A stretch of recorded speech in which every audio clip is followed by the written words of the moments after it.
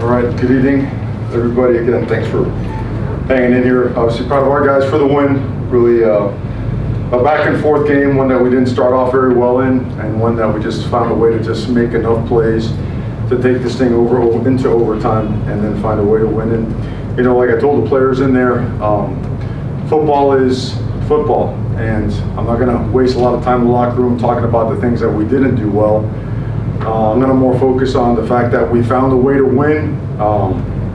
Make sure that you know, we congratulate each other, because obviously we're going to get back to work tomorrow and do the things that we need to get better. That being said, credit to Virginia. They proved last week they had a good football team. We knew it. We talked about it.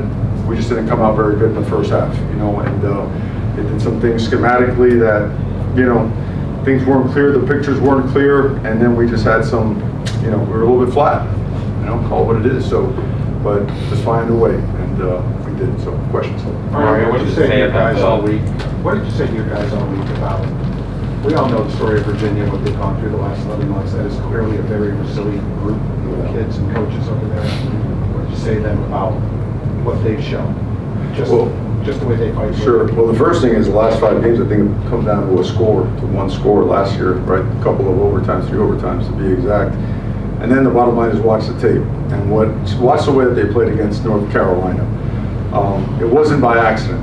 They didn't beat them by accident. In fact, they fumbled the ball out the back of the end zone where they could have gone up by 10. They played really physical. They really they used tempo to their advantage. Wide zone really hit for them. They've got a really good feel for that play. Their quarterback he's effective. He's a leader. He understands the offense really well. He extends plays. He can run. We knew they had some really, really good players, and they were playing really good football, and they were going to be inspired. And we felt that we would too, and we felt we had a good week. But it did not show early. But we don't, you know how we do it. It's on all of us. We didn't coach it well enough. We didn't play well enough. But we found a way. That's what's most important. That's the standard to win. And so we found a way. Mario, in kind of a similar vein, what does it say about like the mental toughness of the team to, you know, go to a second straight overtime game and pull out a win again? I think what it shows is that there's nothing we haven't seen. I'm sure there's a few things we haven't seen, but you could hit that theme hard, because at the end of the day, it's about belief, right? And play the players that you trust the players that you play. And I guess it comes down to the simplicity of, you know what? It's just, man, days like that, when you start off like that, it's hard to put a finger on it. We practiced well. We did it. We practiced hard, and we thought, man, we're going to come out, you know, hitting on all cylinders and doing what we've done. But I guess the best way to put it is, our team by now should feel that there's not a situation that we can't overcome. We've seen a lot of being down in the fourth quarter. We've seen ourselves turn the ball over. We've been in holes. We've been up and then behind. So all that stuff, I mean, it's important. You know, it's difficult on the heart a little bit, but besides that, it's really good for your football team to be able to respond the way they did. So moving forward. Talk about your faith in Andy and just the big kicks that he had today. Yeah, he's hard to find one like that now. I mean, everything that and the way he did it too it wasn't like it was close either, right? I mean, just nailed it. He wants it. You know, he wants those opportunities, and just as effective are his kickoffs. I mean, every single one of them a touchback. That is a lot of confidence in him. I mean, we were willing to kick it, you know, 55 yards, maybe a little bit more if that was a situation. It would have been probably 53, 54 that way, and 56 this way. So, but yeah, he's awesome. Hey Mario, Tyler's got 8 interceptions in his last 3 games. Really good at 9. So atypical for him. He had 5 and 6 in entire seasons in the last 2 years. Do you guys have any feel for just why this is happening? Wasn't a good day. You know, I think the other games, yeah, there were some throws he'd like to take back, but there's also, when you're trying to play come from behind football, you're going to get some of that. Today was muddy. You know, things weren't as clear as they have been in the past, but we got to scheme it up better. We've got to coach better, and we've got to play better. You know, I don't want to, in any way, shape, or form, say anything, but Tyler is our quarterback, and he's done a really good job in a lot of instances, and today wasn't his best day, and that happens sometimes. The defense stepped up, the running game stepped up, you know. I'm sure everybody wanted an exciting game, you know, with 24 seconds on the clock, with, you know, at around 25-yard line. We ain't doing that.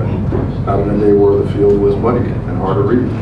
And we put in the hands of the people that were moving some people around, and a couple plays later we're in the end zone. All right, You let's talk mentioned- about that play from A.J. Allen, how he leaped over that defender. That was pretty fun to watch from our standpoint. What was it like? You enjoyed it? I mean, that was a great play. Well, you know what, everybody fit their blocks really well. He came through clean. I think he was upset with himself because he broke free earlier and he fell, you know? And you know how it is when you're a running back, you want to run behind your pads, which sometimes you'll get too much momentum going forward. So he lost his balance and fell on what looked like to be a big run. And he wasn't going to let it happen again. So yeah, no, I'm sure it'll be an ESPN highlight, you know, show up on his cover of his phone and all that stuff, you know. But more than anything, proud of him for how he has practiced, proud of him how he has performed in big moments last week and this week. And certainly proud of Mark Fletcher coming back after 4 weeks, you know, missing action. You see how valuable he is, you know, and the importance of recruiting. Yeah, Coach, can you talk more a little bit about Mario Fletcher and how you trusted him in that overtime period? It's complete trust, you know. He's that entire running back crew, you know, they've had their nicks and their bumps. More than that, really. That's why sometimes it's who wins the job that week, but other times it's some guys are banged up. They really are. They run hard. And Mark Fletcher runs really hard, you know, and he's a really big dude. And he has a complete trust of the entire organization. Mario, this is, I know bowl eligibility is obviously never the goal, but it is one of the steps. You are bowl eligible. Again, just what does that mean to be able to check the first box? Sure, progress, you know, everything from our academics to our community service to how we conduct ourselves to our football team, our different systems, the caliber of human being, the way that we are around each other, the way we're around other people, treating people with respect, and then valuing football and what it does for our community and what it does for our program. All that stuff is getting better. So I'm going to say the same thing till in the grave. Progress and a long way to go. So a few more. On the last play, on the scoring play, it looked like Cohen kept Fletcher in bounds, kind of like nudged him so he stayed in bounds. Just that's kind of a heads up play, you know, see from most people. Yeah, well, it was muddy over there, that's for sure, right? I know that it looked like they raked at his helmet, almost like they were trying to tackle him by the helmet, and he was able to keep his balance.